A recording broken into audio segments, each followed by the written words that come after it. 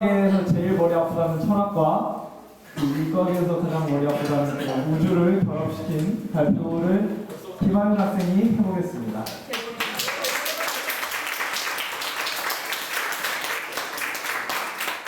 지금까지 발표 들어주셔서 감사하고요. 제가 마지막 순서예요. 칸트의 우주 구조에 대한 간단한 철학적 관찰이 제 발표의 제목입니다. 이 사람은 임마누엘 칸트라는 사람인데요. 이 칸트라는 사람을 생각했을 때 몇 가지 떠오르는 것들이 있죠. 페니스크 베르크라는 독일 변방의 작은 마을에서 태어나서 죽을 때까지 그곳에서 살았고 순수이성 비판, 판단력 비판, 그리고 실천이성 비판이라는 책을 60세 가까이 되는 때에 새 책을 내게 되는데 이 책들은 지금 철학계에서도 굉장히 아직까지도 주목받고 있는 책이고요. 그리고 그 책에서 나타나고 있는 도덕 법칙, 사람이 무조건적으로 따라야 하는 적응 명령이 담겨 있고 그렇게 알려져 있는 철학자입니다. 하지만 이러했던 철학자로 알려져 있는 칸트가 우주를 생각을 했다는 것을 여기서 알려드릴 건데요. 여기서 말씀드릴 것은 칸트가 우주를 어떻게 생각을 했고 그리고 그것이 칸트의 철학과 어떤 연결점이 있는지에 대해서 말씀을 드리고자 합니다.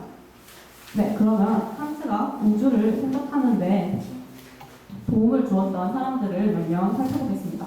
첫 번째 사람이 요하네스 케플러라는 사람인데요. 이 사람은 스승의 티코 브라헤가 남긴 몇 가지 자료들을 검토를 해서 세 가지 법칙을 발견하게 됩니다. 첫 번째는 타원 궤도의 법칙으로 태양이 중심에 있으면 그 주변의 행성들은 타원 궤도를 돈다라는 법칙이고 두 번째 법칙은 면적 속도 일정 법칙이라고 하는데요. 그것은 행성이 태양을 중심으로 자전을 할 때 쓰고 가는 면적의 넓이는 언제나 같다라는 것이고 마지막은 조화의 법칙으로 행성의 그 공전 주기와 떨어져 있는 거리가 조화롭게 이런 법칙을 따른다라는 것을 얘기하고 있고요.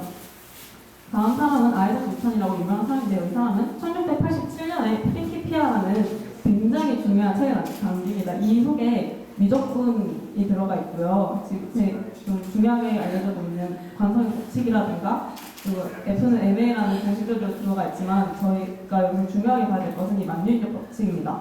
이 법칙은 후에 계속 나오니까 일단 지금 간단하게 넘기도록 하고요. 마지막으로 조르주 비퐁이라는 사람이 있는데 이 사람이 태양계가 어떻게 형성되었을까를 최초로 고민해본 사람이라고 할 수 있는데요. 이 사람이 생각한 모습은 처음에 태양이라는 행성이 있었는데 태성이 멀리서 날아와서 부딪히고 그 잔해들이 지금의 지구와 같은 행성들일 것이다 라고 예상을 했습니다. 하지만 칸트는 이에 반대를 하는 얘기를 하죠. 그래서 1755년에 일반 자연사와 청체론이라는 책을 내게 되는데요. 이 책에는 이런 내용이 들어가 있습니다. 태양계의 형성 과정, 행성은 무엇으로 이루어져 있을지, 은하는 어떤 구조를 하고 있는지, 고리는 무엇으로 이루어져 있을지, 해성은 왜 그런 거대한 타원의 궤도를 따르고 있는지, 그리고 달과 같은 위성은 어떻게 생겨나게 됐는지, 그리고 만물의 무한성까지 다루고 있는데 저는 여기서 태양계에 대해서 말씀을 드릴 거예요.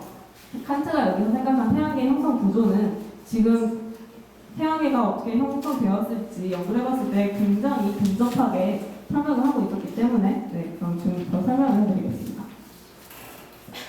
네, 여기가 지금 칸트가 구상한 우주 모습인데요. 지금 이곳이 태양계 공간인데 이때 공간은 이런 물질들로 가득 찬 모습이고 이 물질들은 형성을 하고 있어서 반시 방향으로 다 같이 돌고 있다라고 생각을 했어요. 여기서 요소들이라는 게 몇 가지 색깔로 이루어져 있잖아요. 여기서 색깔들을 제가 분류한 이유는 흰색일수록 가볍고 파란색 쪽일수록 무거워요. 이 무게가 중요한 이유는 무게에 따라서 나아갈 수 있는 거리가 달라지는데 가벼운 것일수록 조금밖에 못 나가고 무거운 것이면 훨씬 더 멀리 날아갈 수 있다고 칸트는 생각을 했어요. 그래서 다시 이 원반 상태로 돌아가서 그 공간 자체의 밀도가 높은 곳이 있다고 칸트는 생각을 했어요. 그래서 밀도가 높은 곳으로 물 요소들이 모이게 되죠. 이런 식으로요. 그래서 여기서 다시 보실 수 있는데 안쪽일수록 흰색 물질이 더 많고 바깥쪽일수록 파란색 물질이 더 많다는 것을 보실 수 있습니다. 그리고 여기서 앞에서 말씀드렸던 만유인력 법칙이 다시 나오게 되는데요. 그 법칙에 대해서 간단히 설명을 해드리자면 R 제곱은 거리의 제곱, 그리고 G는 중력 상승 상수, 만유인력 상수 그리고 M와 M2는 두 가지 물질의 질량을 뜻하는데요. 이때 어떤 한 곳의 질량이 크면 클수록 다른 물질을 끌어당기는 힘은 서로 더 커진다라고 볼 수가 있어요. 그리고 아래에 있는 저 포스는 만약에 밀도가 높은 곳이 성운의 끝이었으면 태양이 그쪽에 생길 수도 있었을 텐데 왜 그러지 않았느냐를 설명해 주는데요. 책에서는 그것을 원심력이라고 표현을 하지만 실제로 원심력은 어떤 물체가 어느 정도 할 때 바깥으로 나가는 힘이기 때문에 원심력이라고 할 수는 없고 지금 제 예상으로 구심력에 더 가깝지 않을까 생각을 해봤습니다. 네, 그래서 저 두 가지 힘으로 인해서 가운데 먼저 원시 태양이 생기게 되고요. 그리고 그 주변에 더 또 요소들이 모여있는 곳으로 주변 요소들이 더 모여서 원시 행성을 이루게 되고 마지막으로 태양계를 형성하게 됩니다. 네. 이 태양계는 아래에 있는 태양계 위에서 바라보는 모습이고 만약에 측면으로 바라보자면 태양의 적도면을 따라서 행성들이 위치하고 있는 모습을 볼 수 있습니다. 네, 그렇다면 여기서 각 행성들은 어떻게 궤도를 결정하게 되었을까라는 의문을 칸트는 제기했고 그것에 대한 어떤 생각을 해봤는데요. 칸트는 여기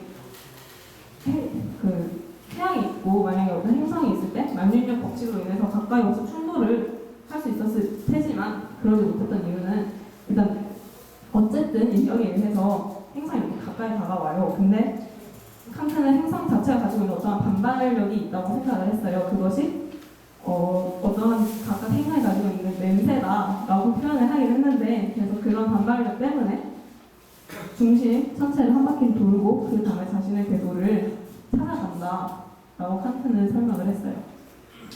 그래서 지금 이런 행성들이 태양을 중심으로 돌고 있는 모습, 그리고 지금과 같은 태양계의 모습이 형성이 된 거죠. 이때 여기서 칸트는 평형 상태를 매우 중요하게 생각했는데 이 상태는 만유인력 법칙으로 인해서 생긴 굉장히 평형된 상태고 여기서 우리가 만약에 뭔가 하나의 오차만이라도 있으면 이 구조는 무너질 것이다 라고 얘기를 합니다. 그리고 지금 현재 천문학계에서 이런 태양의 형성 과정을 설명하기 위해서 만족시켜야 할 것들이 몇 가지가 있는데요. 여기는 5가지. 행성 궤도는 거의 동일 평면상에 있으며 태양의 적도가 거의 나란하다라는 것을 좀 전에 보여드렸듯이 만족을 했고 공전 궤도는 거의 원에 가깝다고 궤도 결정하는 것을 보여드렸죠. 그리고 행성은 반시계 방향으로 태양 둘레로 공전하는데 태양의 자전도 반시계 방향이다. 이것은 처음에 평원 자체가 모두 다 같이 반시계 방향으로 돈다에서 설명이 되고 행성은 자전축에 대하여 반시계 방향으로 자전한다. 대신 저것들은 제외인데 그리고 이것과 행성이 거느리는 위성계의 구조는 태양계의 축소판이다. 이 두 가지는 제가 지금 설명을 드리지 못했지만 책 후반부에 가면은 이것들을 다 설명을 하고 있고 그래서 칸트는 이 조건들을 다 만족시킵니다. 그렇지만 아쉽게도 여기 있는 3가지 조건들을 만족시키지 못했어요. 그래도 근데 이 3가지 조건들은 그 시대는 과학 기술이 뛰어나지 않아서 관측하기 어려웠던 부분이지 저는 이 정도라도 정말 대단한 예측을 했다고 생각을 해요. 근데 그렇다면 이런 예측을 어떻게 했을까라는 질문을 가졌을 때 어쩌면 칸트의 철학에서 좀 그것의 동일점을 찾을 수 있지 않을까라는 생각을 했어요. 참고로 말씀을 드리자면 이 이론이 나온 것은 1755년이고 그 뒤에 칸트의 철학이 담긴 책이 나온 것은 좀 더 뒤에 일이라는 것을 좀 기억하시고 네. 그럼 차 부분으로 넘어갈게요. 여기 어떤 대상이 있어요. 이 대상을 종이 다른 물고기와 인간이 바라보게 됩니다. 이때 둘은 종이 다르기 때문에 저것은 고양이다, 저것은 개다 라고 다른 대답을 하게 돼요. 이것은 종에 따른 선언적 인식 체계가 다르기 때문에 나타나는 현상입니다. 그러면 만약에 물고기와 사람이 아니라 사람과 사람이 관찰하게 된다면 똑같이 개라고 얘기를 하겠죠.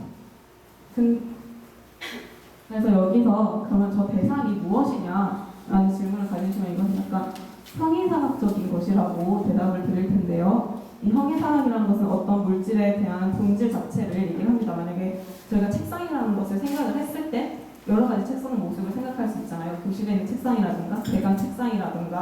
근데 그 책상의 모습은 다 다른데 그러면 그 책상 진짜 본질이 무엇이냐라고 했을 때 그 본질을 그 본질을 생각하는 것을 형이상학이라고 할 수 있는데 칸트는 그런 형이상학적인 것을 생각하는 것은 오직 신만이 알 수 있는 부분이기 때문에 크게 논할 필요가 없다라고 생각을 했죠. 그래서 우리가 그것이 뭔지 아는 것은 거의 불가능하고 우리는 그것을 그 대상을 그저 인지할 뿐이다 라고 얘기를 했어요.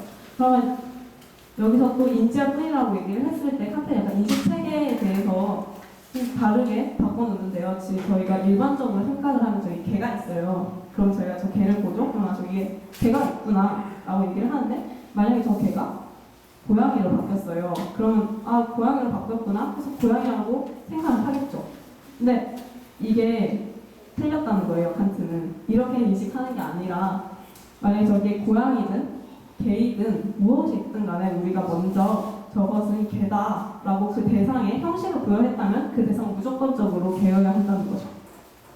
약간 좀 이해가 어려우실 수도 있겠지만 이것이 칸트가 생각하는 인식체계의 모습이에요. 근데 여기서 제가 굉장히 유사점을 찾은 것은 저런 대상의 형식을 부여하는 것이 만약 이런 만유인의 법칙이라면 모든 행성들은 이 법칙에 따라서 움직이게 되죠. 여기서 이 칸트가 중요하게 생각한 만유인의 법칙이랑 그리고 그런 인식체계에 약간 좀 비슷한 점을 볼 수 있었고요. 그리고 더 인식체계에 대해서 설명을 드리자면 감성과 오성이 있어요. 감성은 저희가 보고 느끼면서 약간 자료 수집 같은 것으로 생각하시면 되겠고요. 오성 같은 부분은 저희가 경험되어 있거나 아니면 선천적으로 주어진 것들로 그것이 무엇이다, 이건 이게 뭐다 이렇게 생각할 수 있는 부분을 뜻해요. 예를 들자면 제가 떡볶이를 먹었어요. 그러면 먹어서 이런 맛이 느껴지잖아요. 그걸 감성적으로 받아들이고 떡볶이가 맵다라고 예전에 생각을 했겠죠. 그래서 아, 그럼 이 떡볶이를 먹으면 맵겠지 라고 그런 경험적으로 받아들이는 거니까 그 부분을 오성이라고 얘기할 수 있습니다. 근데 여기서 칸트는 한 가지 더 생각을 했는데 그것이 이성이라는 건데요. 칸트는 이성을 두 가지로 구분을 했어요. 순수이성과 실천이성. 여기서 순수이성 같은 부분은 예전에 말씀드렸던 형이성학과 약간 비슷한 부분이 있는데 세계는 무한할까? 혹은 유한할까? 라는 얘기를 했을 때 저희는 세계의 끝을 알 수 없죠. 실제로 볼 수 없고 경험할 수 없고 신은 존재하는가 존재하지 않는가. 저희가 신을 찾아가서 아 정말 존재했군요 라고 확인할 수 있는 것도 아니고 그래서 이런 부분 같은 경우에는 우리가 경험할 수 없는 부분으로서 우리가 이런 질문을 던졌을 때 어떤 모순들이 나타날 것이다 라고 하는 부분은 순수이성이라고 얘기를 했고 실천이성은 저희가 많이 알고 있는 도덕법칙을 얘기를 해요. 이 도덕법칙은 만약 인간들이 살고 있을 때 어떤 일정한 도덕법칙을 따르지 않는다면 이 사회는 혼란에 빠질 것이다 라고 생각을 해서 몇 가지 무조건적으로 지켜야 되는 법칙을 얘기를 하는 거죠. 그래서 여기서 또 두 가지 공통점이 있는데요. 만유인력 법칙 같은 경우에는 천체들이 무조건적으로 따라하는 법칙이고 그 도덕법칙 같은 경우는 저희 사람들이 무조건적으로 따라하는 법칙이잖아요. 그래서 칸트의 우주 체계와 철학 체계는 이런 유사점이 있다는 것을 알 수 있죠. 근데 이게 여기까지 칸트의 생각인데 저는 칸트 생각이 약간 좀 반대를 하는 부분이 있어요. 저희가 사람으로서 주변 환경에 따라서 그리고 감정에 따라서 무조건적으로 법칙을 지킨다는 것이 사실 말이 좀 이상하잖아요. 말이 안 되죠. 그것처럼 천체들도 사실 저 만유인의 법칙이 진짜 맞는 법칙이고 뉴턴이 수많은 수학적 계산을 통해서 만들어낸 법칙이지만 그리고 저게 지금까지 잘 갖고 있는 것도 사실이지만 아인슈타인이 발견한 상대성 이론에서 천체들은 그 공간의 공유를 피어짐을 만들 수 있고 그 공간에 따라서 움직임이 달라질 수 있다라고 얘기한 점에서 이 칸트의 철학은 약간 좀 어거지가 있지 않나라는 생각을 해봤고요. 네, 그리고 제가 말씀드리고 싶은 건 제가 칸트는 이런 생각을 했고 저는 또 그거는 아니다라고 얘기했었던 것처럼 우주 체계를 생각하는 것 자체에는 많은 수식이 무조건적으로 필요하지 않고 그저 우리는 그냥 이러지 않을까 저러지 않을까라는 생각으로만으로도 우주를 생각할 수 있다는 것을 알려드리고 싶었고요. 이건 칸트의 묘비명이에요. 많이 보셨을 것 같은데 읽어드릴게요. 생각하면 할수록 늘 새로운 놀라움과 경외심으로 내 마음을 가득 채우는 것이 두 가지가 있다. 내 위에 있는 별이 빛나는 하늘과 내 속에 있는 조동률이다. 라는 말처럼 그 말처럼 칸트는 그 하늘과 조동률을 굉장히 중요하게 생각했어요. 그리고 이렇게 칸트가 생각했던 것처럼 여러분들이 각자만의 이런 광활하고 아름다운 우주를 각자만의 모습으로 마음속에 품을 수 있으면 좋겠다라는 것을 전달해 드리고 싶습니다. 감사합니다.